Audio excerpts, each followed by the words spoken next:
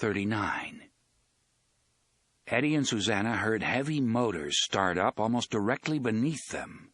A moment later, a wide strip of the marble floor began to pull slowly back, revealing a long, lighted slot below.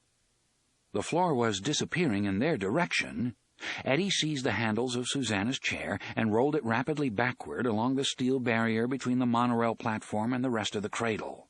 There were several pillars along the course of the growing rectangle of light, and Eddie waited for them to tumble into the hole as the floor upon which they stood disappeared from beneath their bases. It didn't happen. The pillars went on serenely standing, seeming to float on nothing.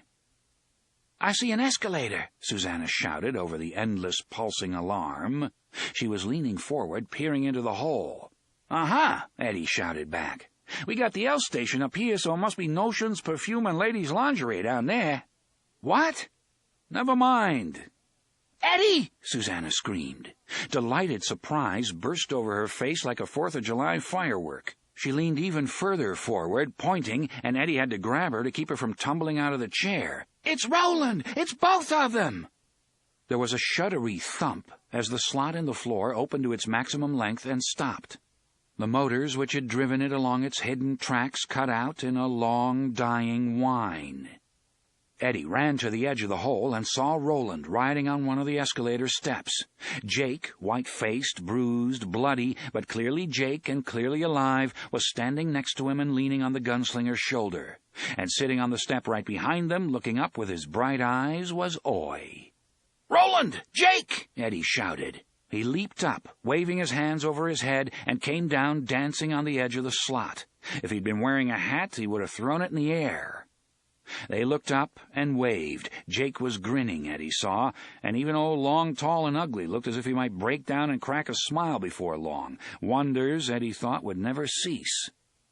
His heart suddenly felt too big for his chest, and he danced faster, waving his arms and whooping, afraid that if he didn't keep moving, his joy and relief might actually cause him to burst. Until this moment, he had not realized how positive his heart had become that they would never see Roland and Jake again. "Hey, guys! All right! Far fucking out! Get your asses up here!" "Eddie, help me!" He turned. Susanna was trying to struggle out of her chair, but a fold of the deerskin trousers she was wearing had gotten caught in the brake mechanism. She was laughing and weeping at the same time, her dark eyes blazing with happiness. Eddie lifted her from the chair so violently that it crashed over on its side. He danced her around in a circle. She clung to his neck with one hand and waved strenuously with the other. "Roland, Jake, get on up here! Shuck your butts, you hear me?" When they reached the top, Eddie embraced Roland, pounding him on the back, while Susanna covered Jake's upturned, laughing face with kisses. Oy ran around in tight figure eights, barking shrilly. "Sugar," Susanna said, "you all right?" "Yes," Jake said. He was still grinning, but tears stood in his eyes. "And glad to be here. You'll never know how glad." "I can guess, Sugar. You can bet on that." She turned to look at Roland. "What did they do to him? His face looked like somebody run over it with a bulldozer." "That was mostly Gasher," Roland said. "He won't be bothering Jake again, or anyone else." "What about you, big boy? You all right?" Roland nodded, looking about. "So this is the cradle." "Yes," Eddie said. He was peering into the slot. "What's down there?" "Machines and madness." "Loquacious as ever, I see." Eddie looked at Roland, smiling. "Do you know how happy I am to see you, man? Do you have any idea?" "Yes, I think I do." Roland smiled then, thinking of how people changed. There had been a time, and not so long ago, when Eddie had been on the edge of cutting his throat with the gunslinger's own knife. The engines below them started up again. The escalator came to a stop. The slot in the floor began to slide closed once more. Jake went to Susanna's overturned chair, and as he was riding it, he caught sight of the smooth pink shape beyond the iron bars. His breath stopped, and the dream he had had after leaving River Crossing returned full force, the vast pink bullet shape slicing across the empty lands of western Missouri toward him and Oy. Two big triangular windows glittering high up in the blank face of that oncoming monster, windows like eyes. And now his dream was becoming reality, just as he had known it eventually would. "It's just an awful choo-choo train, and its name is Blaine the Pain." Eddie walked over and slung an arm around Jake's shoulders. "Well, there it is, champ, just as advertised. What do you think of it?" "Not too much, actually." This was an understatement of colossal size, but Jake was too drained to do any better. "Me either," Eddie said. "It talks, and it likes riddles." Jake nodded. Roland had Susanna planted on one hip, and together they were examining the control box with its diamond pattern of raised number pads. Jake and Eddie joined them. Eddie found he had to keep looking down at Jake in order to verify that it wasn't just his imagination or wishful thinking. The boy was really here. "What now?" he asked Roland. Roland slipped his finger lightly over the numbered buttons which made up the diamond shape and shook his head. He didn't know. "Because I think the Mono's engines are cycling faster," Eddie said. "I mean, it's hard to tell for sure with that alarm blatting, but I think it is. And it's a robot, after all. What if it, leaves without us?" "Blaine!" Susanna shouted. "Blaine, are you—" "Listen closely, my friends," Blaine's voice boomed. "There are large stockpiles of chemical and biological warfare canisters under the city. I have started a sequence which will cause an explosion and release this gas. This explosion will occur in 12 minutes. The voice fell silent for a moment, and then the voice of little Blaine, almost buried by the steady, pulsing whoop of the alarm, came to them. "I was afraid of something like this. You must hurry." Eddie ignored little Blaine, who wasn't telling him a damn thing he didn't already know. Of course they had to hurry, but that fact was running a distant second at the moment. Something much larger occupied most of his mind. "Why?" he asked. "Why in God's name would you do that?" "I should think it obvious. I can't nuke the city without destroying myself as well. And how could I take you where you want to go if I were destroyed?" "But there are still thousands of people in the city," Eddie said. "You'll kill them." "Yes," Blaine said calmly. "See you later, alligator. After a while, crocodile. Don't forget to write." "Why?" Susanna shouted. "Why, God damn you!" "Because they bore me. You four, however, I find rather interesting. Of course, how long I continue to find you interesting will depend on how good your riddles are. And speaking of riddles, hadn't you better get to work solving mine?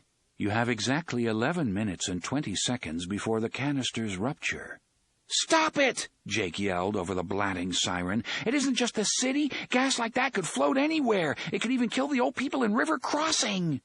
"Tough titty," said the kitty, Blaine responded unfeelingly. "Although I believe they can count on measuring out their lives in coffee spoons for a few more years. The autumn storms have begun, and the prevailing winds will carry the gases away from them.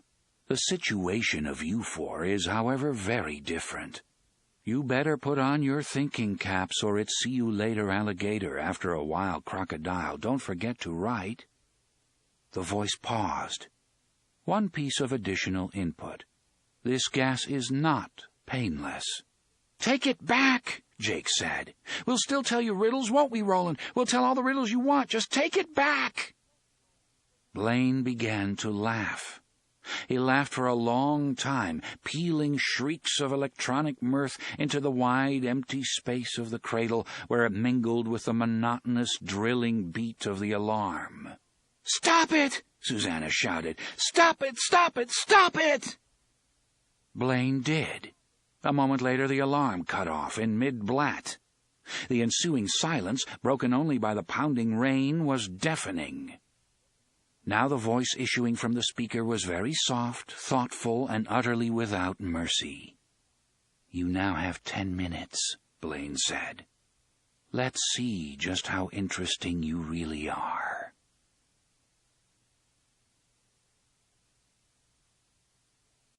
"40. Andrew." "There's no Andrew here, stranger," he thought. "Andrew is long gone. Andrew is no more, as I shall soon be no more." "Andrew," the voice insisted. It came from far away. It came from outside the cider press that had once been his head. Once there had been a boy named Andrew, and his father had taken that boy to a park on the far western side of Ludd, a park where there had been apple trees and a rusty tin shack that looked like hell and smelled like heaven. In answer to his question, Andrew's father had told him it was called the Cider House. Then he gave Andrew a pat on the head, told him not to be afraid, and led him through the blanket-covered doorway. There had been more apples, baskets and baskets of them, stacked against the walls inside, and there had also been a scrawny old man named Dewlap, whose muscles writhed beneath his white skin like worms, and whose job was to feed the apples, basket by basket, to the loose-jointed, clanking machine which stood in the middle of the room. What came out of the pipe jutting from the far end of the machine was sweet cider. Another man, he no longer remembered what this one's name might have been, stood there, his job to fill jug after jug with the cider. A third man stood behind him, and his job was to clout the jug filler on the head if there was too much spillage. Andrew's father had given him a glass of the foaming cider, and although he had tasted a great many forgotten delicacies during his years in the city, he had never tasted anything finer than that sweet, cold drink. It had been like swallowing a gust of October wind. Yet what he remembered even more clearly than the taste of the cider or the wormy shift and squiggle of Dewlap's muscles as he dumped the baskets was the merciless way the machine reduced the big red gold apples to liquid. 24 rollers had carried them beneath a revolving steel drum with holes punched in it. The apples had first been squeezed and then actually popped, spilling their juices down an inclined trough while a screen caught the seeds and pulp. Now his head was the cider press, and his brains were the apples. Soon they would pop as the apples had popped beneath the roller, and the blessed darkness would swallow him. "Andrew, raise your head and look at me." He couldn't, and wouldn't even if he could. Better to just lie here and wait for the darkness. He was supposed to be dead anyway. Hadn't the hellish squint put a bullet in his brain? It didn't go anywhere near your brain, you horse's ass, and you're not dying. You've just got a headache. You will die, though, if you don't stop lying there and puling in your own blood. And I will make sure, Andrew, that your dying makes what you are feeling now seem like bliss. It was not the threats which caused the man on the floor to raise his head, but rather the way the owner of that penetrating, hissing voice seemed to have read his mind. His head came up slowly, and the agony was excruciating. Heavy objects seemed to go sliding and careering around the bony case which contained what was left of his mind, ripping bloody channels through his brain as they went. A long, syrupy moan escaped him. There was a flapping, tickling sensation on his right cheek, as if a dozen flies were crawling in the blood there. He wanted to shoo them away, but he knew that he needed both hands just to support himself. The figure standing on the far side of the room by the hatch which led to the kitchen looked ghastly, unreal. This was partly because the overhead lights were still strobing, partly because he was seeing the newcomer with only one eye. He couldn't remember what had happened to the other and didn't want to. But he had an idea it was mostly because the creature was ghastly and unreal. It looked like a man, but the fellow who had once been Andrew Quick had an idea it really wasn't a man at all. The stranger standing in front of the hatch wore a short, dark jacket belted at the waist, faded denim trousers, and old dusty boots. The boots of a countryman, a range rider, or a gunslinger, Andrew? The stranger asked and tittered. The tick-tock man stared desperately at the figure in the doorway, trying to see the face, but the short jacket had a hood, and it was up. The stranger's countenance was lost in its shadows. The sirens stopped in mid-whoop. The emergency lights stayed on, but they at least stopped flashing. "There," the stranger said in his, or its, whispery, penetrating voice. "At last we can hear ourselves think." "Who are you?" the tick-tock man asked. He moved slightly, and more of those weights went sliding through his head, ripping fresh channels in his brain. As terrible as that feeling was, the awful tickling of the flies on his right cheek was somehow worse. "I'm a man of many handles, pardner," the man said from inside the darkness of his hood, and although his voice was grave, Tick-Tock heard laughter lurking just below the surface. "There's some that call me Jimmy, and some that call me Timmy, some that call me Handy, and some that call me Dandy. They can call me loser or they can call me winner, just as long as they don't call me in too late for dinner." The man in the doorway threw back his head, and his laughter chilled the skin of the wounded man's arms and back into lumps of goose flesh. It was like the howl of a wolf. "I have been called the Ageless Stranger," the man said. He began to walk toward Tick-Tock, and as he did, the man on the floor moaned and tried to scrabble backward. "I have also been called Merlin, or Merlin, and who cares, because I was never that one, although I never denied it either. I am sometimes called the Magician, or the Wizard.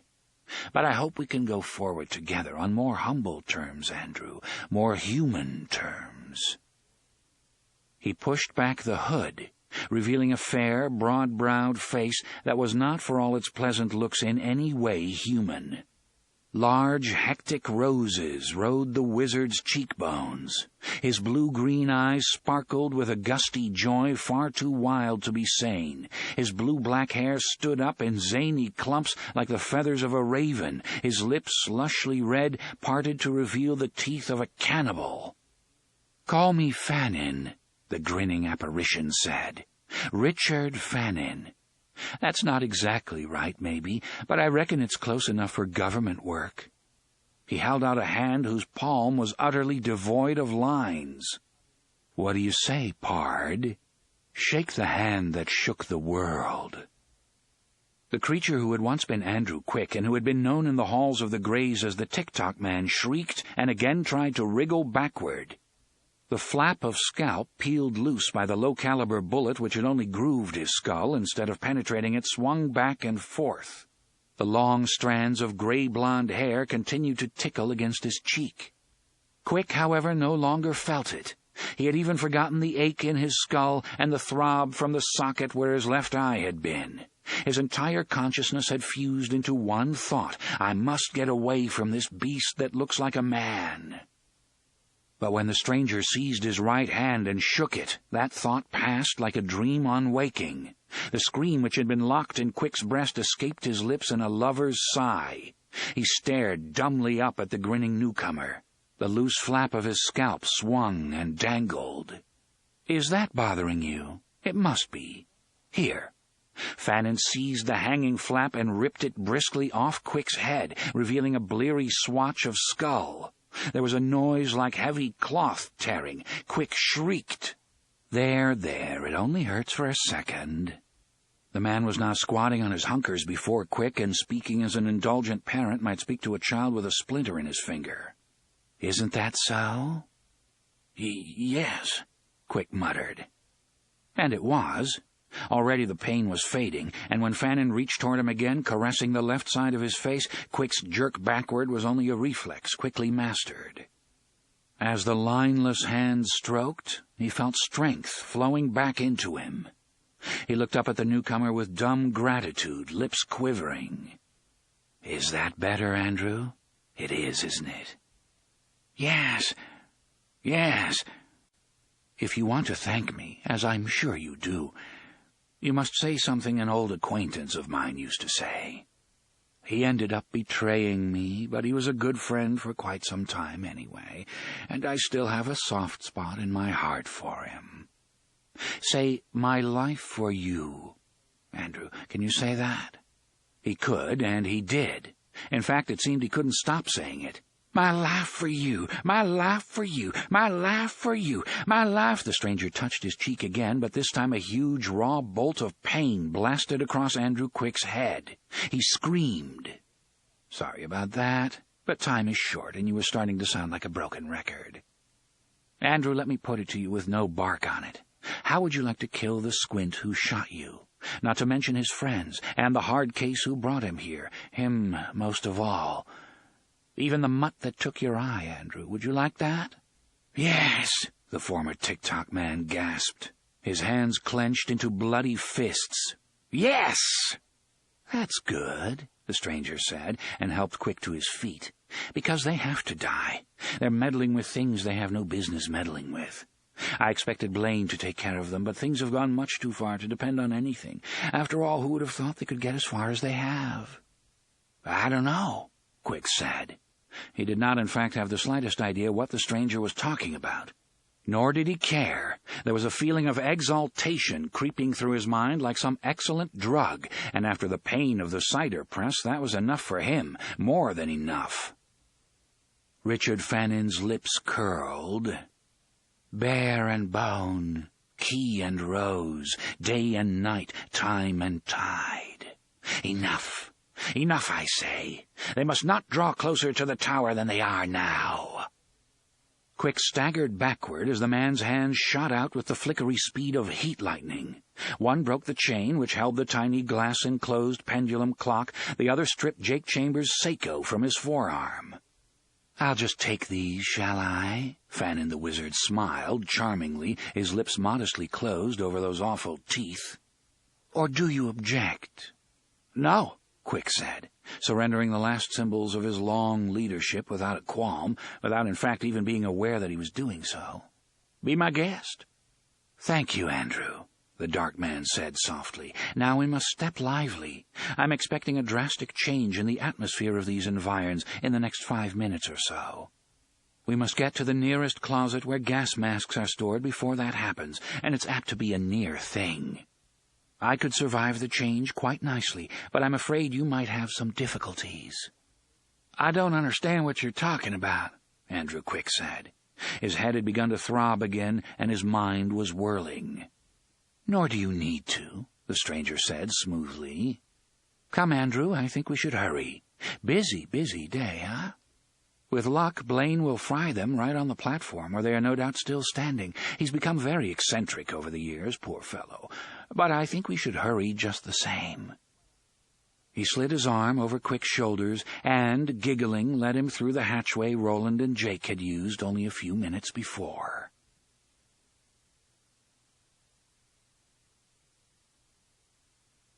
"6. Riddle and Wastelands. 1. "All right," Roland said. "Tell me his riddle." "What about all the people out there?" Eddie asked, pointing across the wide, pillared plaza of the cradle and toward the city beyond.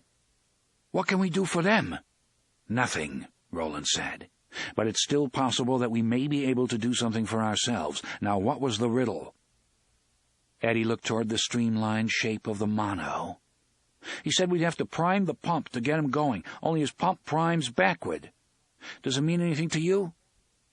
Roland thought it over carefully, then shook his head. He looked down at Jake. "Any ideas, Jake?"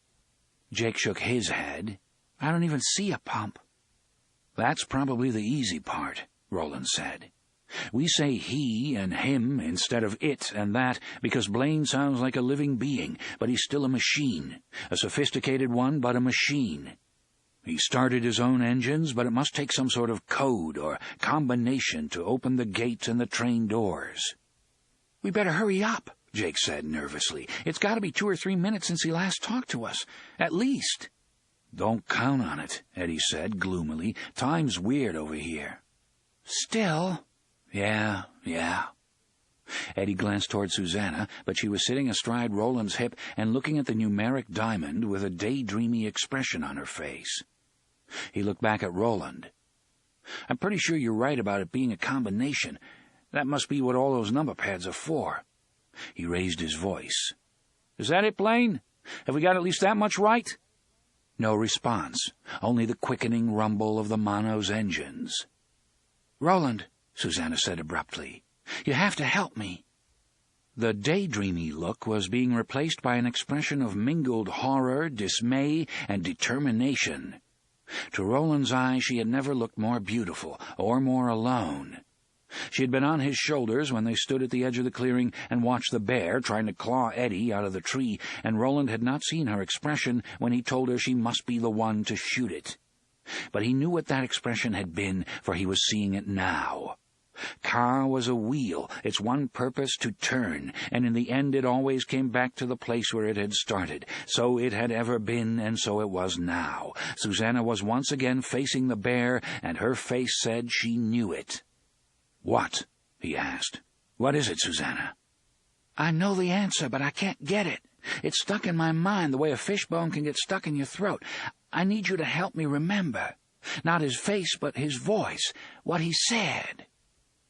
Jake glanced down at his wrist and was surprised all over again by a memory of the Tick-Tock man's cat-like green eyes when he saw not his watch but only the place where it had been, a white shape outlined by his deeply tanned skin. How much longer did they have? Surely no more than 7 minutes, and that was being generous. He looked up and saw that Roland had removed a cartridge from his gun belt and was walking it back and forth across the knuckles of his left hand. Jake felt his eyelids immediately grow heavy and looked away fast. "What voice would you remember, Susanna Dean?" Roland asked in a low, musing voice. His eyes were not fixed on her face, but on the cartridge as it did its endless limbered dance across his knuckles, and back, across, and back. He didn't need to look up to know that Jake had looked away from the dance of the cartridge, and Susanna had not. He began to speed it up until the cartridge almost seemed to be floating above the back of his hand. "Help me remember the voice of my father," Susanna Dean said. 2. For a moment there was silence, except for a distant, crumping explosion in the city, the rain pounding on the roof of the cradle, and the fat throb of the monorail's slow-trans engines. Then a low-pitched hydraulic hum cut through the air. Eddie looked away from the cartridge dancing across the gunslinger's fingers. It took an effort. He realized that in another few moments he would have been hypnotized himself, and peered through the iron bars. A slim silver rod was pushing itself up from the sloping pink surface between Blaine's forward windows. It looked like an antenna of some kind. "Susanna?" Roland asked in that same low voice. "What?"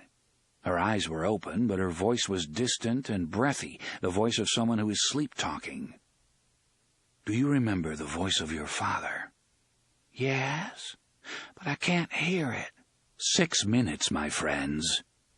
Eddie and Jake started and looked toward the control box speaker, but Susanna seemed not to have heard at all. She only stared at the floating cartridge. Below it, Roland's knuckles rippled up and down like the heddles of a loom. "Try, Susanna," Roland urged. And suddenly he felt Susanna change within the circle of his right arm. She seemed to gain weight, and in some indefinable way vitality as well. It was as if her essence had somehow changed. And it had. "Why you want to bother with that bitch?" the raspy voice of Detta Walker asked. 3. Detta sounded both exasperated and amused. "She never got no better than a C in math her whole life. Wouldn't have got that without me to help her." She paused, then added grudgingly, "And Daddy, he helped some, too. I knowed about them for special numbers, but was him showed us the net. My, I got the biggest kick out of that." She chuckled. "Reason Suze can't remember is 'cause old Detta never understood about them for special numbers in the first place." "What for special numbers?" Eddie asked. "Prime numbers." She pronounced the word prime in a way that almost rhymed with calm. She looked at Roland, appearing to be wholly awake again now, except she was not Susanna, nor was she the same wretched, devilish creature who had previously gone under the name of Detta Walker, although she sounded the same. "She went to Daddy crying and carrying on 'cause she was flunking that math course. And it wasn't nothing but funny book algebra at that. She could do the work. If I could, she could, but she didn't want to. Poetry reading bitch like her too good for a little Ars Mathematica, you see." Detta threw her head back and laughed, but the poisoned, half-mad bitterness was gone from the sound. She seemed genuinely amused at the foolishness of her mental twin. "And Daddy, he say, I'm going to show you a trick, Odetta. I learned it in college. It helped me get through this prime number business, and it's going to help you, too.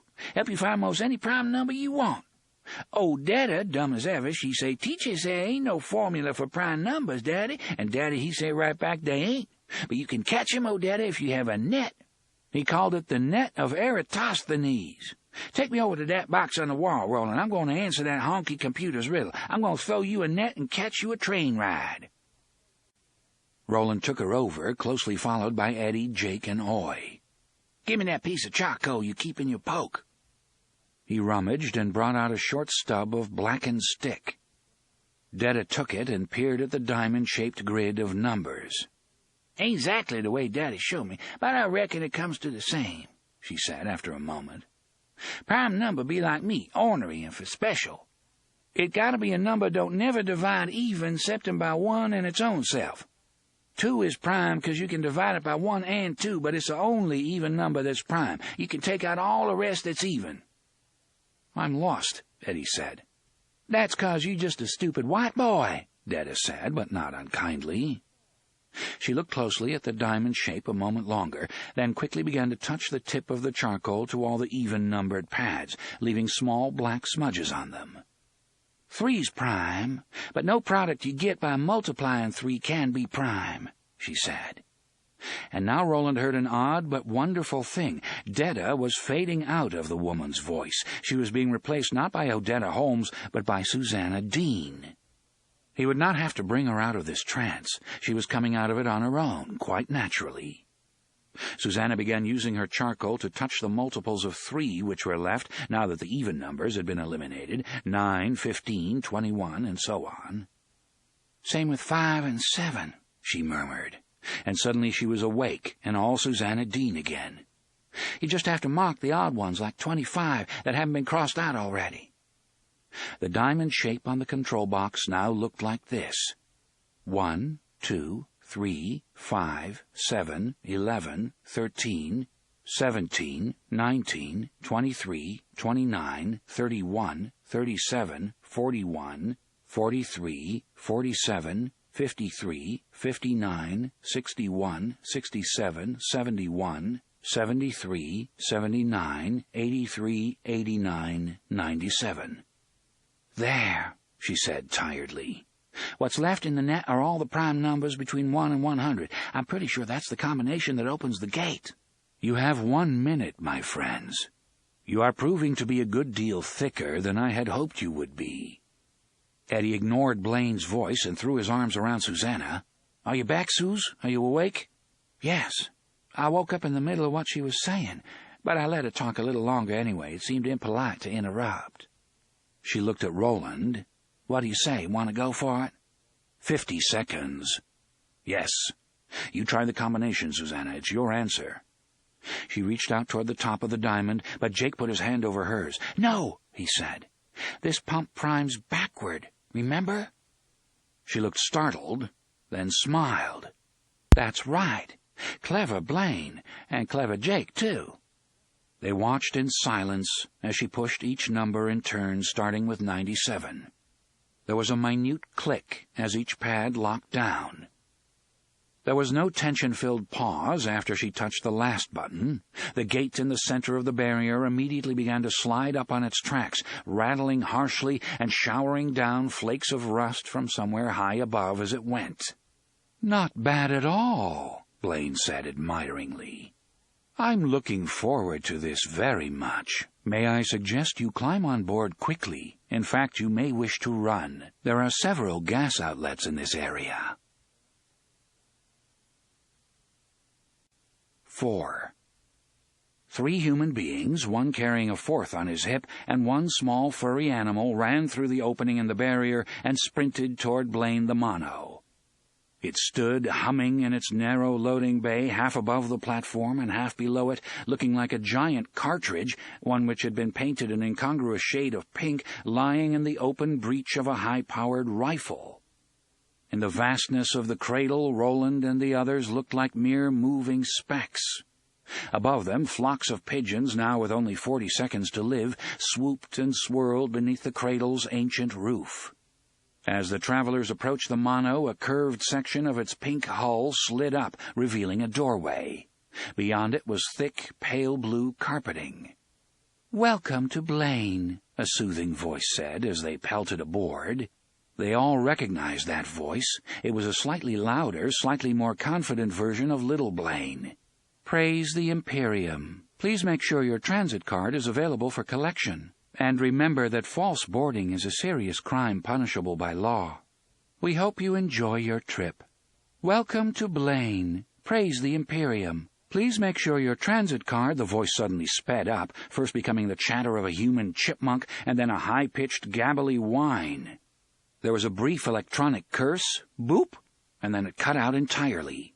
"I think we can dispense with that boring old shit, don't you?" Blaine asked. From outside came a tremendous, thudding explosion. Eddie, who was now carrying Susanna, was thrown forward and would have fallen if Roland hadn't caught him by the arm. Until that moment, Eddie had held on to the desperate notion that Blaine's threat about the poison gas was no more than a sick joke.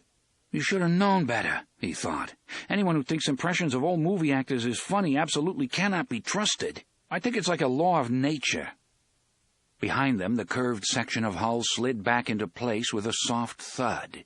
Air began to hiss gently from hidden vents, and Jake felt his ears pop gently. "I think he just pressurized the cabin." Eddie nodded, looking around with wide eyes. "I felt it too. Look at this place. Wow!" He had once read of an aviation company, Regent Air, it might have been, that had catered to people who wanted to fly between New York and Los Angeles in a grander style than airlines such as Delta and United allowed for. They had operated a customized 727, complete with drawing room, bar, video lounge, and sleeper compartments. He imagined the interior of that plane must have looked a little like what he was seeing now. They were standing in a long, tubular room furnished with plush-upholstered swivel chairs and modular sofas. At the far end of the compartment, which had to be at least 80 feet long, was an area that looked not like a bar but a cozy bistro. An instrument that could have been a harpsichord stood on a pedestal of polished wood, highlighted by a hidden baby spotlight. Eddie almost expected Hoagie Carmichael to appear and start tinkling out stardust. Indirect lighting glowed from panels placed high along the walls, and dependent from the ceiling halfway down the compartment was a chandelier. To Jake it looked like a smaller replica of the one which had lain in ruins on the ballroom floor of the mansion. Nor did this surprise him. He had begun to take such connections and doublings as a matter of course. The only thing about this splendid room which seemed wrong was its lack of even a single window. The pièce de résistance stood on a pedestal below the chandelier.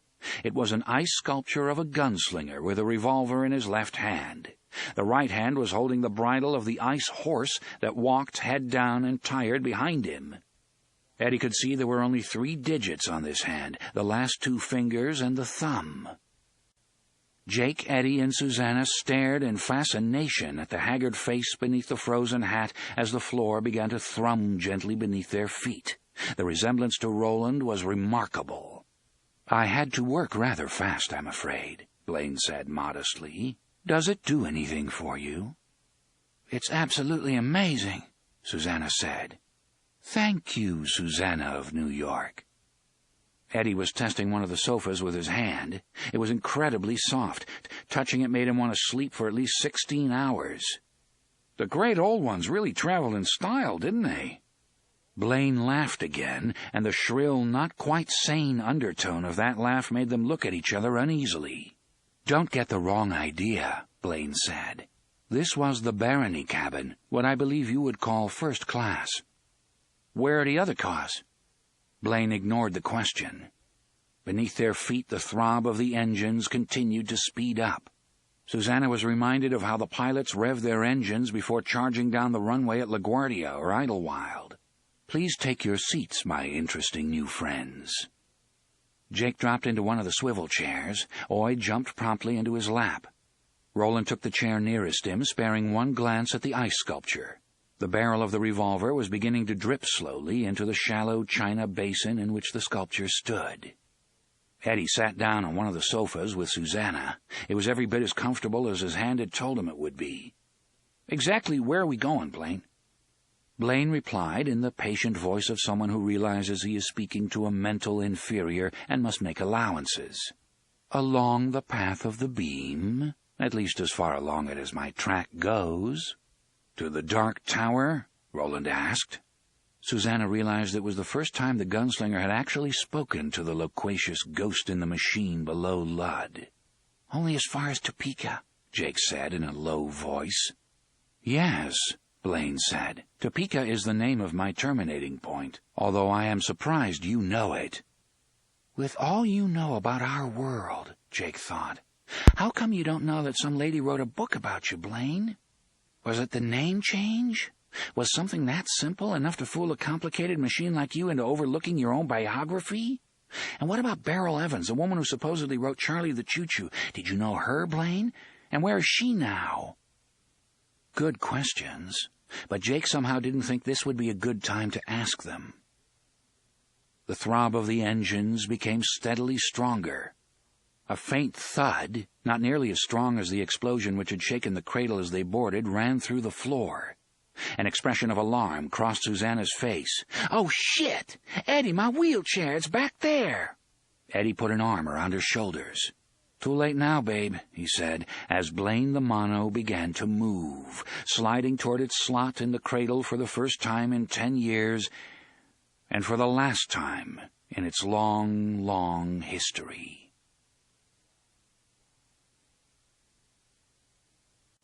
5. The Barony cabin has a particularly fine visual mode, Blaine said. Would you like me to activate it? Jake glanced at Roland, who shrugged and nodded. Yes, please, Jake said. What happened then was so spectacular that it stunned all of them to silence, although Roland, who knew little of technology but who had spent his entire life on comfortable terms with magic, was the least wonderstruck of the four. It was not a matter of windows appearing in the compartment's curved walls. The entire cabin, floor and ceiling, as well as walls, grew milky, grew translucent, grew transparent, and then disappeared completely. Within a space of 5 seconds, Blaine the Mono seemed to be gone, and the pilgrims seemed to be zooming through the lanes of the city with no aid or support at all. Susanna and Eddie clutched each other like small children in the path of a charging animal. Oi barked and tried to jump down the front of Jake's shirt. Jake barely noticed. He was clutching the sides of his seat and looking from side to side, his eyes wide with amazement. His initial alarm was being replaced by amazed delight. The furniture groupings were still here, he saw. So was the bar, the piano harpsichord, and the ice sculpture Blaine had created as a party favor.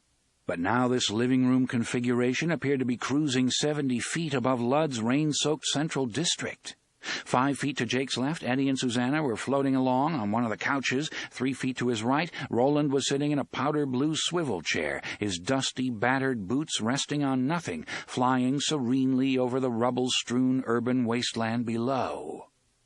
Jake could feel the carpet beneath his moccasins, but his eyes insisted that neither the carpet nor the floor beneath it was still there. He looked back over his shoulder and saw the dark slot in the stone flank of the cradle slowly receding in the distance. "Eddie, Susanna, check it out!" Jake got to his feet, holding Oi inside his shirt, and began to walk slowly through what looked like empty space. Taking the initial step required a great deal of willpower, because his eyes told him there was nothing at all between the floating islands of furniture, but once he began to move, the undeniable feel of the floor beneath him made it easier. To Eddie and Susanna, the boy appeared to be walking on thin air, while the battered, dingy buildings of the city slid by on either side. "Don't do that, kid," Eddie said feebly. "You're going to make me sick up." Jake lifted Oi carefully out of his shirt. "It's okay," he said, and set him down. "See?" "Oi," the bumbler agreed. But after one look between his paws at the city park currently unrolling beneath them, he attempted to crawl onto Jake's feet and sit on his moccasins. Jake looked forward and saw the broad gray stroke of the monorail track ahead of them, rising slowly but steadily through the buildings and disappearing into the rain. He looked down again and saw nothing but the street and floating membranes of low cloud. "How come I can't see the track underneath us, Blaine?" "The images you see are computer-generated," Blaine replied. "The computer erases the track from the lower quadrant image in order to present a more pleasing view, and also to reinforce the illusion that the passengers are flying." "It's incredible," Susanna murmured. Her initial fear had passed, and she was looking around eagerly. "It's like being on a flying carpet. I keep expecting the wind to blow back my hair." "I can provide that sensation if you like," Blaine said. "Also a little moisture, which will match current outside conditions. It might necessitate a change of clothes, however." "That's all right, Blaine. There's such a thing as taking an illusion too far." The track slipped through a tall cluster of buildings which reminded Jake a little of the Wall Street area in New York. When they cleared these, the track dipped to pass under what looked like an elevated road. That was when they saw the purple cloud and the crowd of people fleeing before it.